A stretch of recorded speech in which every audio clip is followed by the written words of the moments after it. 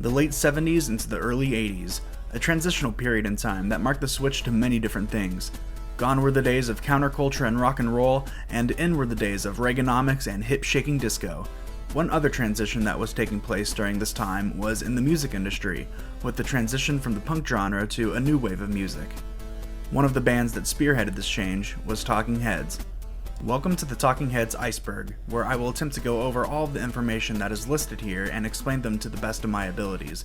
A quick reminder just in case you aren't familiar with the Iceberg format, it is a picture or a video that lists more commonly known information about a subject at the top of the iceberg, and as you go further and further down, the information becomes more and more obscure. Before we get started, I would like to thank user Assbagel over on the r Talking Heads subreddit for actually making this iceberg. Without him, this video wouldn't be possible, so thank you very much. I would also like to mention that I condensed some of the layers into one, just so that it helps the flow of the video. On top of that, I've also added a few things to the iceberg myself that I thought would be interesting to talk about. Now with all the background info out of the way, let's get started. Psycho Killer. Starting off with the tip of the iceberg, we have the big hit off their first album, Psycho Killer. It was the song that introduced many people to the Talking Heads, and it still stands as one of their most iconic. David Byrne's shaky and unhinged vocals give the song great character that led many people to associate it with the real-life psycho killer, Son of Sam. However, this association isn't attributed by the Talking Heads themselves, as they would perform the song live a number of years before the murders took place in 1977.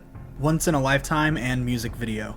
If Psycho Killer was the song that introduced people to their music, then Once in a Lifetime is what solidified them as true fans. Once in a Lifetime is from their fourth album, Remain in Light. Both the song and the album take inspiration from Afrobeat, and David Byrne has said that he improvised many of the lyrics by using a call and response method similar to a preacher. The music video is one of the most iconic music videos of all time. David Byrne's doing this funky, weird dance, and its impact since its release has been reaffirmed over the years with the countless parodies of it. Even Kermit the Frog has a take on this song. This Must Be the Place, Naive Melody. This Must Be the Place, or Naive Melody as it's known by its alternative title, is one of the many hits to come from their 1983 album, Speaking in Tongues. This song stands out in their discography as being a song that is actually about love, something which David Byrne has either avoided or twisted when making songs. The name Naive Melody can be attributed to the fact that for this song, the band switched instruments from what they usually played. David Byrne left the guitar to play synthesizer, Jerry Harrison also switched from guitar to play bass, as well as helping with the synthesizer. The great Tina Weymouth played guitar instead of her usual bass, and Chris Frantz, well, he stayed on drums because nobody else knew how to do it. The song itself has been covered countless times, most notably by Arcade Fire, and even inspired the 2011 film by the same name, This Must Be the Place. What do you want me to play? This Must Be the Place by Arcade Fire. Nonsense. This Must Be the Place is by the Talking Heads. No, it's by Arcade Fire. Trust me, you're delusional. Burning Down the House. Another of their all-time best songs, Burning Down the House again came from their fifth album. The song opens with a fantastic guitar solo, and it builds and builds until David Byrne begins singing. The title of the song is credited to Chris Frantz, who had recently been to a Parliament Funkadelic concert where the crowd would shout, "Burn down the house." Chris would scream this during their jams, and the band really liked the sound of it, so David Byrne incorporated it into the final version. In 1983, it reached number 9 in the US Billboard Top 100, and since then has been used in several TV shows, movies, and video games. Stop Making Sense. If you could choose one piece of media to consume for an afternoon, would you watch a movie or listen to an album? Well, thanks to the Talking Heads, you can do both. Stop Making Sense is their 1984 live album which features songs from their whole discography up until that point. It contains some of the best versions of their songs that are out there, like Thank You for Sending Me an Angel and Life During Wartime. The album was named after a line from their song Girlfriend is Better, which reads, "I got a girlfriend that's better than this, but you don't remember it all. As we get older and stop making sense, you won't find her waiting long. Stop making sense, stop making sense, stop making sense, making sense." It starts with David Byrne playing Psycho Killer on stage by himself, and the concept is that after every song, another band member gets added until they're playing with the whole gang. To add another parody to the list, Stop Making Sense was parodied by Fred Armisen and Bill Hader in their TV series Documentary Now. The Big Suit. David Byrne first donned the big suit during the Stop Making Sense tour. This big suit is almost as synonymous with the Talking Heads as their music, as it's another aspect of the band that has been parodied over the years. According to an interview that David Byrne did with himself, he explains that the reason he wore the big suit is because I like symmetry and geometric shapes. I wanted my head to appear smaller, and the easiest way to do that was to make my body bigger. Because music is very physical, and often the body understands it before the head. Adrian Belew. One of the many musicians who toured with and helped Talking Heads on several albums is Adrian Belew. He added several guitar solos to Remain in Light and went on to assist with their solo careers. This included Chris and Tina's solo career with the Tom Tom Club, where Belew overdubbed guitar on 7 songs on their first album. Shortly after the recording, Belew joined as a member of King Crimson. Later, it turned out that he had used the same guitar effect that he created for the Tom Tom Club song L'Elephant and used it for a King Crimson song called Elephant Talk. Chris Frantz recalls this moment in his book, Remain in Love, by offering up an ironic and sarcastic, "Cool. David has autism." David Byrne grew up being socially uncomfortable and found it hard to pick up on social cues. He often found himself observing people in order to see how to appropriately act in situations. Later in his life, he was exposed to the possibility that he could fall on the autistic spectrum. Byrne recognizes that he falls on the high-functioning end of the spectrum, otherwise known as Asperger's. He further makes the connection that this could be a reason why he was so focused on songwriting and performing in the arts. David Byrne is a living testament that just because someone has a disability, it does not mean that they can't inspire, compete, and break the mold in their endeavors. Tina and Chris are married. Tina Weymouth and Chris Frantz met while they were both attending the Rhode Island School of Design in 1971. Though it would take some time for them to get together, eventually they did. In 1977, shortly before the release of their first album, Chris and Tina were married in Washington, Kentucky, and have been together for over 40 years. In his book, Chris reveals that, "Sometimes people ask me if it's hard to play music and tour with my wife. I tell them that I've never known any other way, and I love it." Bernie Worrell. Similar to Adrian Belew, Bernie Worrell was another musician who was frequently featured in the Talking Heads albums. Worrell is a master of synthesizers, keyboards, and sound design. Besides playing with the Talking Heads, Worrell is also known for being a founding member of the legendary funk group Parliament Funkadelic. He was also featured in the Stop Making Sense concerts, where he can be seen playing a ridiculously awesome solo in the song Making Flippy Floppy. In 2009, he would join Les Claypool, Buckethead, and Brian Brain Menthia to create the supergroup Colonel Claypool's Bucket of Bernie Brains. Unfortunately, in 2016, Worrell passed away due to complications with cancer. However, the impact that he left on the music industry can still be heard today, and he will always be considered a de facto member of the Talking Heads. CBGB's, the club that started it all. CBGB's was a New York City club that was owned by eventual close friend of the Talking Heads, Hilly Crystal. This club gave birth to many of the bands that we know today, including the Ramones, Blondie, Joan Jett and the Blackhearts, the B-52s, Patti Smith Group, and not to mention Talking Heads. They played their first gig there in 1975 and owe their early success in part to this iconic venue. In 2006, CBGB's closed, but not after one last concert to see her off. The Ramones and the B-52s. As mentioned before, the Ramones and the B-52s were both alumni of CBGB's and exploded in popularity in the late 70s. Due to their popularity, the Talking Heads were able to open for the Ramones on their European tour. This marked the Talking Heads' first tour and a long-lasting relationship between themselves and the members of the Ramones. The B-52s, like the Ramones, quickly formed a friendly relationship with the Talking Heads. Again, in his book, Chris Frantz recalls the Ramones and the B-52s as being one of his and the band's best friends of their career. Alex Weir. Starting off the body of the iceberg, we have another regular musician that played on several Talking Heads albums, Alex Weir. He provided guitar for several great tracks. These tracks include Swamp, Making Flippy Floppy, Moon Rocks, and Pull Up the Roots. He also performed on Stop Making Sense, providing the groovy guitar that he's known for. Steve Scales.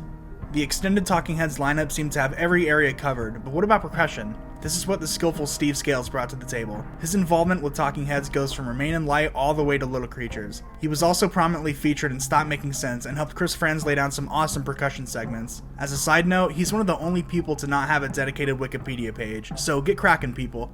The band was a triplet. In their early career, David Byrne and Chris Frantz formed a band called the Artistics. They were mostly a cover band, but did some originals too, most notably an early version of Psycho Killer. Once the Artistics didn't pan out, Chris persuaded Tina Weymouth, who he was just dating at the time, to fulfill the role of bass player in a new band that they were making that would eventually be called Talking Heads. It wasn't until 1976 when they found their final mainstay member in Jerry Harrison. Jerry was in the Modern Lovers. Before Jerry Harrison joined the Talking Heads, he was in a band called the Modern Lovers. Shortly after the release of their first album, the band split up because of direction disagreements. Harrison's notoriety in the band is what helped the Talking Heads hear about him. They thought that his multi-instrumental skills in guitar and keyboard would be a great fit, and they were far from wrong. The Gorillaz Connection. In Franz's memoir, there's a very brief section where he mentions meeting Damon Albarn at a bar. Albarn would later go on to create the popular virtual band, the Gorillaz. This brief encounter must have led to an amiable relationship between the two, because years later, in the Gorillaz' first album, Tina Weymouth makes a guest appearance voicing the wacky and beloved character of Noodle. She sings the chorus of the song 19 through 2000 and passes on her wisdom to get the cool shoe shine. Brian Eno. Legendary producer and musician Brian Eno got his start playing and producing with the 70s art rock band Roxy Music. Eno is known for creating unique walls of sound using analog synthesis and other studio hardware. Throughout his career, he would produce various albums of some of music's finest artists, such as U2, Devo, and David Bowie. Throughout the late 70s and 80s, Eno lent his talents to the Talking Heads. Over the years, they collaborated on several albums, including More Songs About Buildings and Food, Fear of Music, and Remain in Light.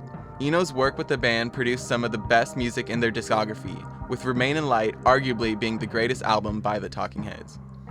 Solo projects. Shortly after their tour, just before the release of Remain in Light, David announced that he'd be working on a solo album. With help from Brian Eno, Byrne released his first of many solo albums titled My Life in the Bush of Ghosts. Another notable solo project from that same time is the soundtrack for the Broadway performance of The Catherine Wheel, where the song What a Day That Was would be performed by the Talking Heads and Stop Making Sense. Fast forward to almost 40 years later, Byrne is performing his most recent project, American Utopia, live on Broadway, with the film adaptation later being made by Spike Lee in 2020. Jerry Harrison quickly followed suit, branching off to work on his solo album, The Red and the Black. Harrison has worked on several albums since then, but currently he is touring with the band Turkas, which he produced, performing a 40th anniversary tour of Remain in Light. Last but certainly not least, Chris and Tina went on to create Tom Tom Club. This project of theirs spans several albums and featured many guest performers such as Lou Reed and even David Byrne himself. Their first self-titled album featured two of their first big hits, Wordy Rapping Hood, which is a song with words, about words, and The Colossal Genius of Love, one of the most sampled songs in history. Some of the most notable artists that have sampled this song include Mariah Carey, Grandmaster Flash and the Furious Five, and Tupac and the Outlaws. If you're not sure you've heard it, it's the song that goes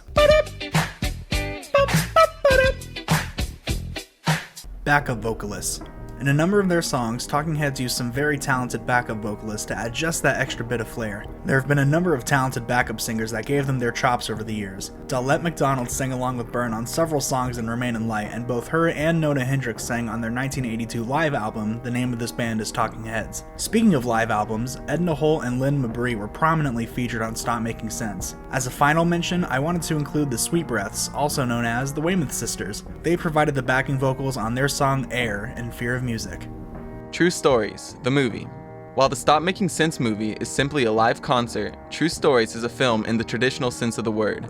Released in 1986 and directed by David Byrne, the movie tells a quirky story of a bunch of people that live in Virgil, Texas.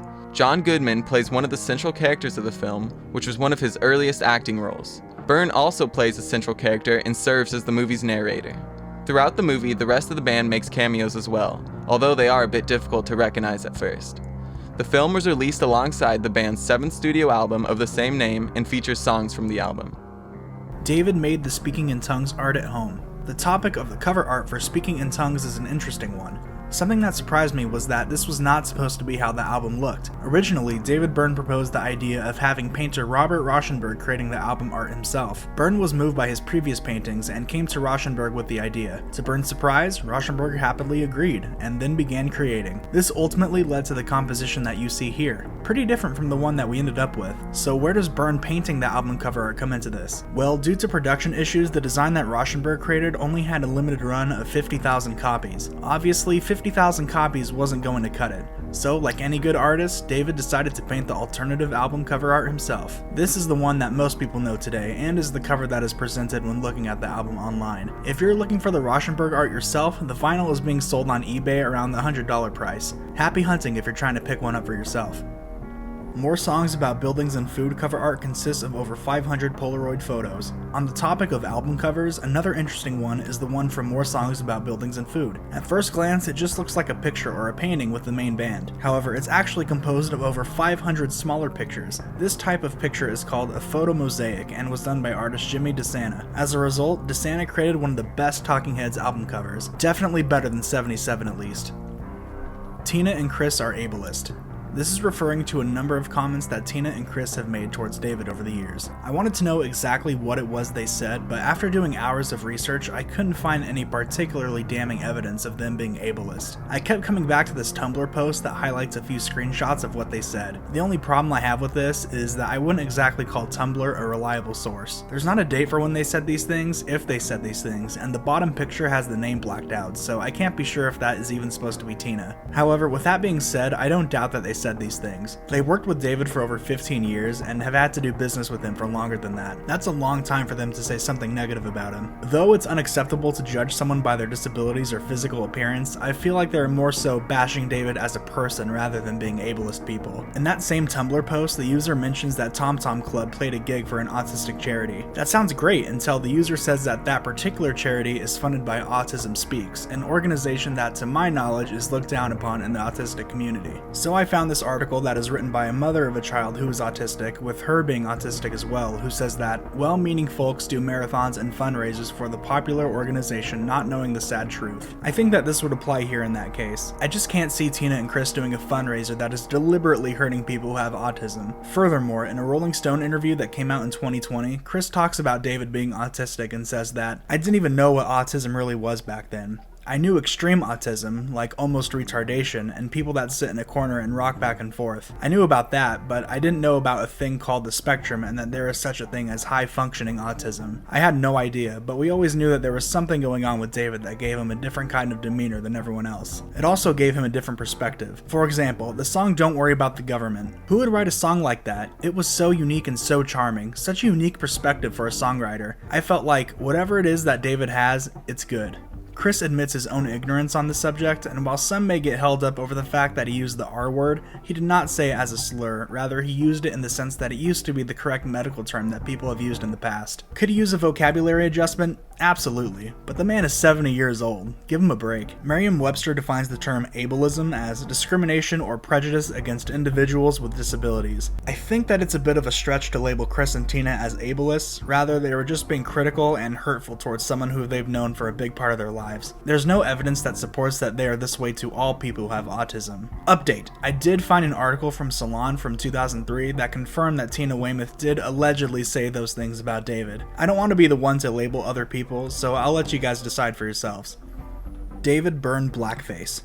Do you remember that interview that David did with himself I mentioned earlier? Well, throughout it he dressed up as several different people, including a sharp dresser with a mustache, a necklace-wearing woman, and an African-American man with glasses. This interview he did was in 1984, and at that time the masses unfortunately didn't seem to care as much about blackface as people do now. Thankfully today people have shifted away from it, as well as Byrne himself. In 2020 he apologized on Twitter, saying that, "To watch myself in the various characters, including black and brown face, I acknowledge it was a major mistake and judgment that showed a lack of real understanding. Like I say at the end of our Broadway show, American Utopia, I need to change too, and I believe I have changed since then." Hindsight is 2020, and I'm glad to see that Byrne can move forward from this mistake that he made in the past, especially since he's done far more good for the world than bad. Charton. Making our way down to the bottom of the iceberg, we have Charton. This refers to Chris Franz's real name, which actually isn't Chris at all. His full name is Charton Christopher Frantz. Now that's a name you don't hear every day. I do know a guy who goes by his middle name rather than his first name, and now it sounds weird anytime someone doesn't call him by his middle name. This sounds like the case with Frantz. Chris has a better ring to it than Charton, even though it is a really unique name. Sand in the Vaseline. Sand in the Vaseline is an album that was released in 1992. It's sort of a best of Talking Heads catalog and came on 2 discs, collectively giving you a Talking Heads album with 33 classic songs in total. It even featured several non-released tracks, my favorite being the groovy Sugar on My Tongue that has one of the coolest Tina Weymouth bass lines ever. If you're looking for a composite Talking Heads experience, you can't go wrong with this. Certain songs cut from Stop Making Sense. As awesome as Stop Making Sense was, some songs did get cut from the final release of the film. However, upon further releases, they did get added as deleted scenes. These songs were Cities and a version of Big Business that leads into Iceberg. Just like with the other songs, the live version offers a unique and special look to see how it's played with the big band, and they all deliver. Last live performance. The Talking Heads are considered one of the best live bands to ever grace the stage, so it's unfortunate to learn that their last live concert didn't go so well. It was in 1984 and part of the Stop Making Sense tour. They were playing in New Zealand and all was going well until about halfway through the set when David brought up protesters for an indigenous rights group. The audience did not seem to like this at all and proceeded to throw trash and other things at them. David walked backstage and refused to finish the set. Allegedly, he told the band that he was not going to play for a bunch of people dancing in the mud. It's a shame that this was the final live concert that the Talking Heads would do, but to be honest, it sounds like the crowd was really disrespectful towards them. Still, it is too bad that one of the best bands ever had their last live concert like this. The band had a toxic relationship. If it's not already apparent by now, the Talking Heads, to put it lightly, had their ups and downs. I've already named a few instances of them not getting along, and there is more to come, but it's safe to say that their relationships with each other grew more and more toxic as time went on. A lot of this stems from David Byrne and the way he acted towards the other band members, but I'm a proponent that it always takes two to tango, or in this case, four. I'm sure that David found Chris, Tina, and Jerry very hard to work with too, and at the end of the day, a lot of the stories and accusations come off as the he said, she said type. The only people who will ever know the truth about their relationship are themselves, and maybe that's for the best. David's failed marriage. David Byrne married Adele Bonnie Lutz in 1987. Together they had a daughter who they named Maylou Abeni Valentine Byrne. Together they had a relationship that the rest of the band looked positively on, but this relationship would not last. Frantz recalls the time in his memoir when David left Bonnie. It was already an unforgettable night for the band, as it was the same day when they were inducted into the Rock and Roll Hall of Fame. After their induction, David seemed to disappear. Bonnie asked where he was, but nobody could find him. The following day, Chris got in touch with David when he told him that he was leaving his wife. He chose the night they got inducted into the Hall of Fame to leave her, and when he asked why, David said because it's time to move on. Busta Jones. Michael Busta Cherry Jones was another extended band member that assisted with many different projects relating to Talking Heads, mainly the Remain in Light tour and on Byrne's solo album, My Life in the Bush of Ghosts. He provided the band with additional funky bass and rhythm guitar sections. Unfortunately, he passed away in 1995, but will forever have a spot engraved in the all-star Talking Heads cast. The band did cocaine. Just like any band from the 70s and 80s, the Talking Heads did drugs, and I'm not talking about their song From Fear of Music. Chris Frantz talks extensively and periodically mentions taking cocaine in his memoir, so much so that he had to sit down and realize that he had a problem. He reveals in a New York Post article that Tina was never a big drug person, but the rest of us helped ourselves to the generosity of friends, and sometimes went out of our way to buy them. I guess the line, "we went insane when we took cocaine" from Genius of Love is an accurate description of some of the band's escapades. David took a shit on a hotel bed.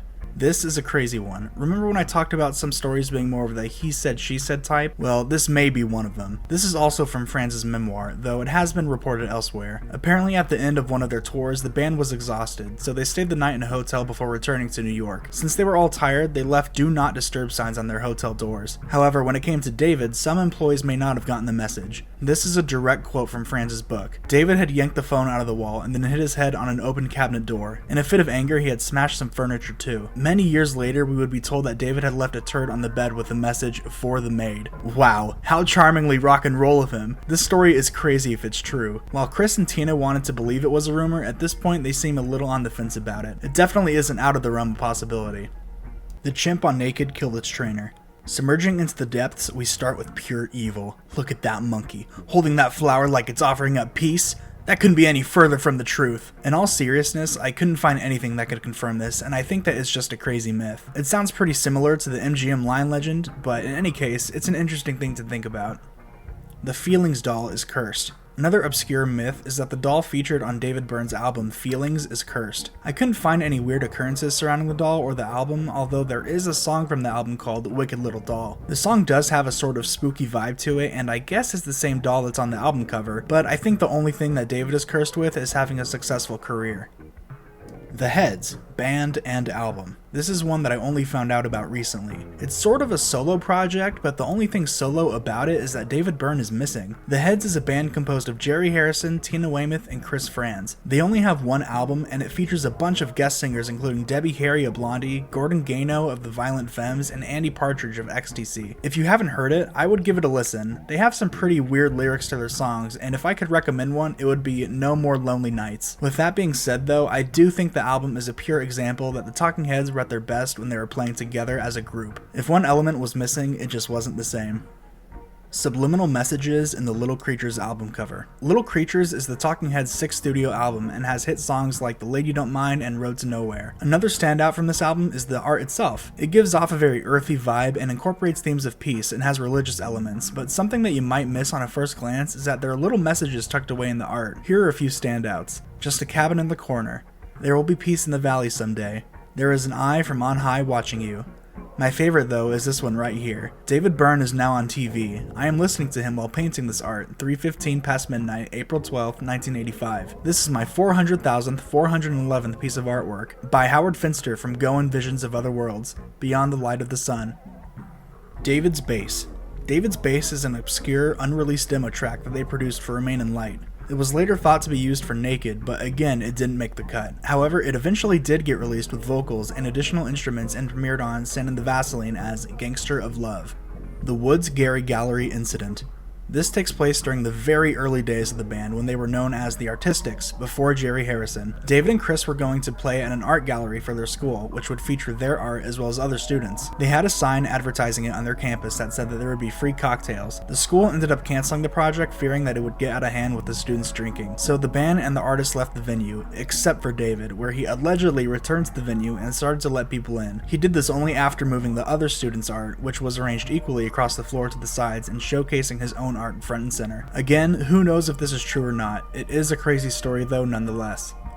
David killed a little girl with voodoo magic. This may sound a little out there at first, but upon doing some research, I actually found something very similar to this. It comes from that Salon article I mentioned earlier. It's actually within the same paragraph where Tina said those things about David's autism. Just as a disclaimer, I don't know if she was being serious here, but she tells the interviewer that she heard David was a murderer. She heard at a party that David murdered a boy in Brazil using voodoo. Not sure if hearing something at a party counts as a reason to say this to an interviewer, so that's frustrating. Again, this ties back to the band having a sour relationship and is another example of their mentality towards one another. The 1979 Boston Art Show disaster. On August 24th, 1979, Talking Heads performed live at the Berkeley Performance Center in Boston for a fun public art show selection. The band was performing songs from their newest album at the time, Fear of Music, along with other older songs. Towards the end of the performance, David began to introduce a new song from the album for an encore, I Zimbra. But as the band began to play the song, something terrible happened. One of the amps being used by the band broke in the middle of the performance, causing a general upset in the crowd. The audience began to groan and boo in disappointment, and this quickly overwhelmed David. However, just seconds after one of the amps broke, the same amp exploded and caused an electrical fire. The sparks and flames burst onto the stage and caused a stage lamp to fall over into the crowd. This caused mass panic and commotion at the show, and everyone in the building began to evacuate. The band made it out safely, but many show attendees didn't make it out safe. Some were trampled in the commotion and got caught up in the electrical fire, which engulfed a third of the building into flames. 6 people died that night and 14 more were injured. The band was charged for endangering the general public with faulty equipment, but these charges were later dropped because the band was not aware. Many attendees tried to sue the band and the Berkeley Performance Center for third-degree burns, but these charges were never taken to court under mysterious circumstances. Many believe the building to be haunted to this day, and any audio of the band and the disaster has been lost. This was a crazy story, but I couldn't find any reports of this actually happening. However, what if this is the real reason why the band is so cautious towards each other now? They each know what happened that night, and ever since then, they've grown further and further apart. The 1983 Billerica Generator Fire. To round up our video, we have the 1983 Billerica Generator Fire. This was a concert that the Talking Heads were performing as part of their Stop Making Sense tour. All was going well until disaster struck behind the stage. About halfway through the set, a generator caught on fire, leaving the whole venue dark and without any lights. After this happened, Jerry came on stage to announce to the crowd what was happening. Have a listen. I don't know if you can smell it, but there was a big fire out back. Yeah, let's bring this forward. And our generator, which runs all these lights that we personally have spent all fucking day long setting up, is no longer a generator, it's a pile of metal. Now, this is the second time today this has happened, and I personally am going to drink very heavily tonight. I want all of you to join me. Anyway, that's the bad news. The bad news is we don't have any more lights. The good news is we're still gonna fucking play.